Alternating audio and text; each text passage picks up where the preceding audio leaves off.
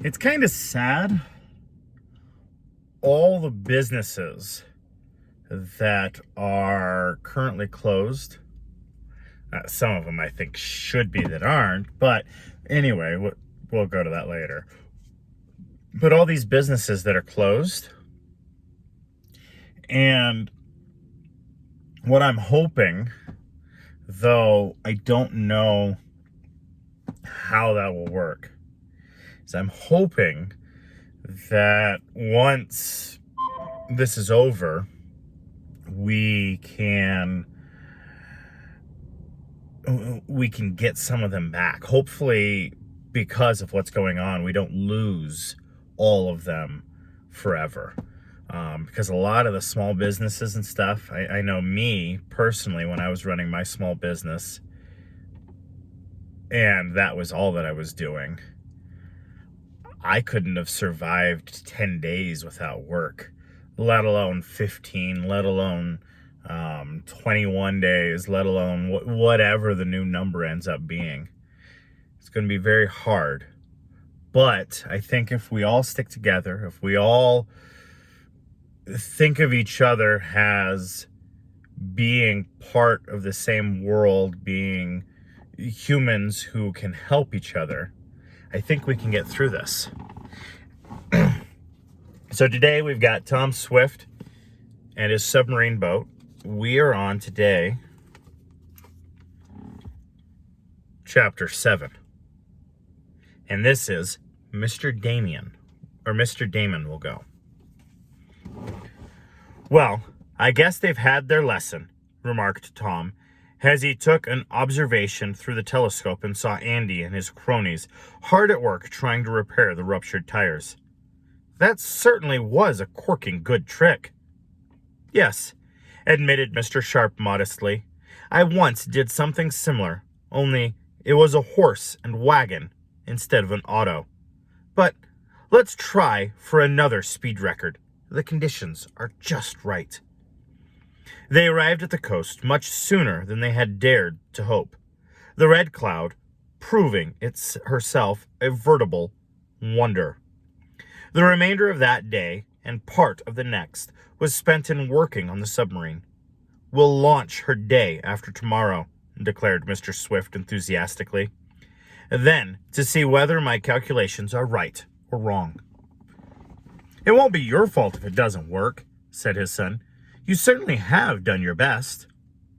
And so have you, and Mr. Sharp, and the others for that matter. Well, I have no doubt but that everything will be all right, Tom. There, exclaimed Mr. Sharp the next morning as he was adjusting a certain gauge. I knew I'd forgotten something. That special brand of lubricating oil. I meant to bring it from Shopton, and I didn't. Maybe I can get it in Atlantis, suggested Tom, naming the coast city nearest to them. I'll take a walk over. It isn't far. Will you? I'll be glad to have you, resumed the balloonist. A gallon will be all we'll need. Tom was soon on his way. He had to walk, as the roads were too poor to permit him to use the motorcycle, and the airship attracted too much attention to use on a short trip. He was strolling along when from the other side of a row of sand dunes that lined the uncertain road to Atlantis, he heard someone speaking. At first, the tones were not distinct, but as the lad drew nearer to the voice, he heard an exclamation. Bless my gold-headed cane! I believe I'm lost, he said. It was out this way somewhere, but I don't see anything of it. If I had that Eradicate Samson now here, I'd bless my shoelaces. I don't know what I would do to him. Mr. Damon? Mr. Damon? Cried Tom. Is that you? Me? Of course it's me. Who else would it be? Answered the voice. But who are you? What? Why, bless my liver, if it isn't Tom Swift, he cried. Oh, but I'm glad to see you. I was afraid I was shipwrecked. Bless my gaiters. Now, are you anyhow? How is your father? How is Mr. Sharp, and how is the rest of them? Pretty well. And you? Me. Oh, I'm all right, only a trifle nervous.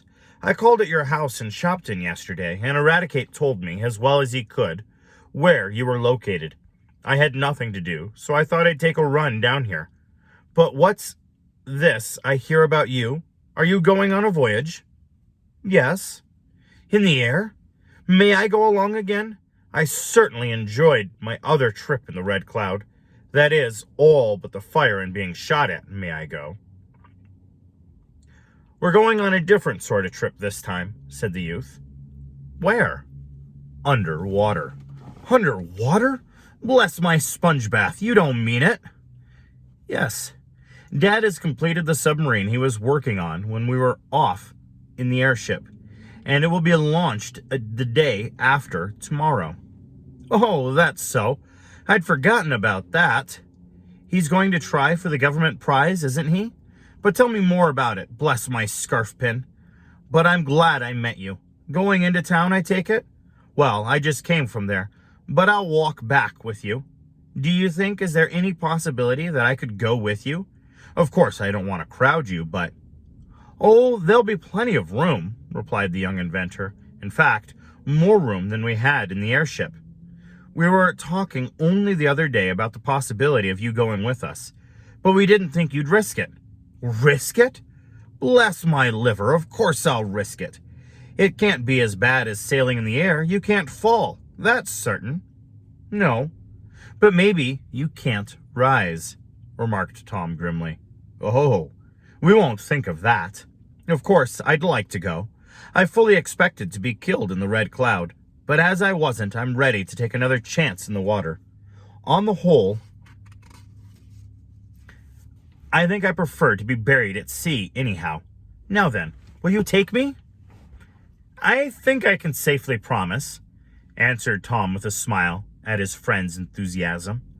The two were approaching the city, having walked along as they talked. There were still some sand dunes near the road, and they kept on the side of these nearest the beach, where they could watch the breakers. But you haven't told me where you are going, went on Mr. Damien, after blessing a few other dozen objects. Where do the government trials take place? Well, replied the lad, to be frank with you, we have abandoned our intention of trying for the government prize. Not going for it? Bless my slippers. Why not? It's $50,000 worth striving for. And with the kind of submarine you say you have, you ought to be able to win. Yes, probably we could win, admitted the young inventor, but we are going to try for a better prize. A better one? I don't understand. A sunken treasure, exclaimed Tom. There's a ship sunk off the coast of Uruguay with 300,000 in gold bullion aboard. Dad and I are going to try to recover that in our submarine. We're going to start day after tomorrow, and if you like, you may go along. Go along? Of course I'll go along, replied the eccentric man. But I never heard of such a thing. Sunken treasure? $300,000 in gold? My, what a lot of mummy.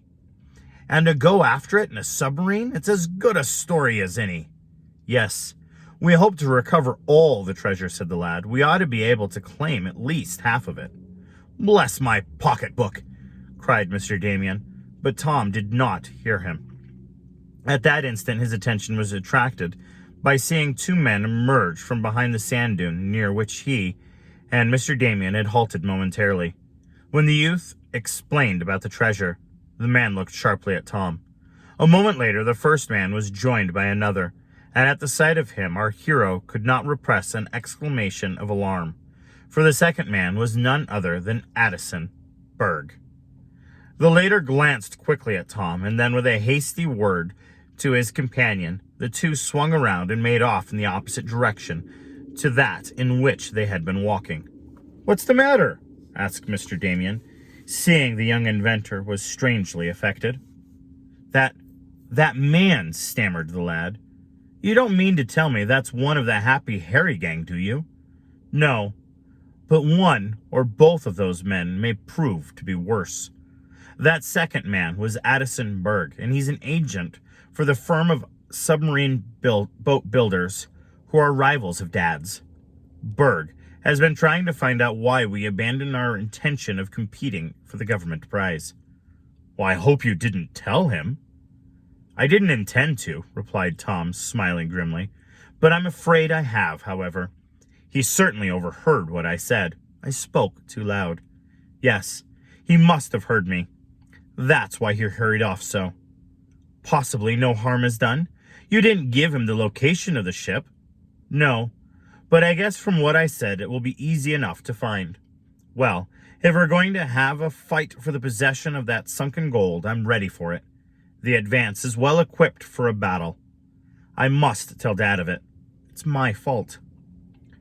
And partly mine for asking you such leading questions in a public place, declared Mr. Damien. Bless my coattails, but I'm sorry. Maybe after all those men were so interested in what they themselves were saying that they didn't understand what you said.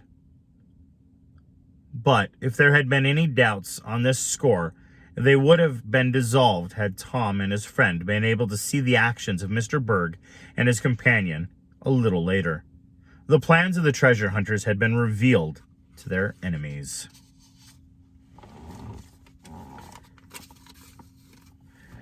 Kind of fun how that works out and how that plays.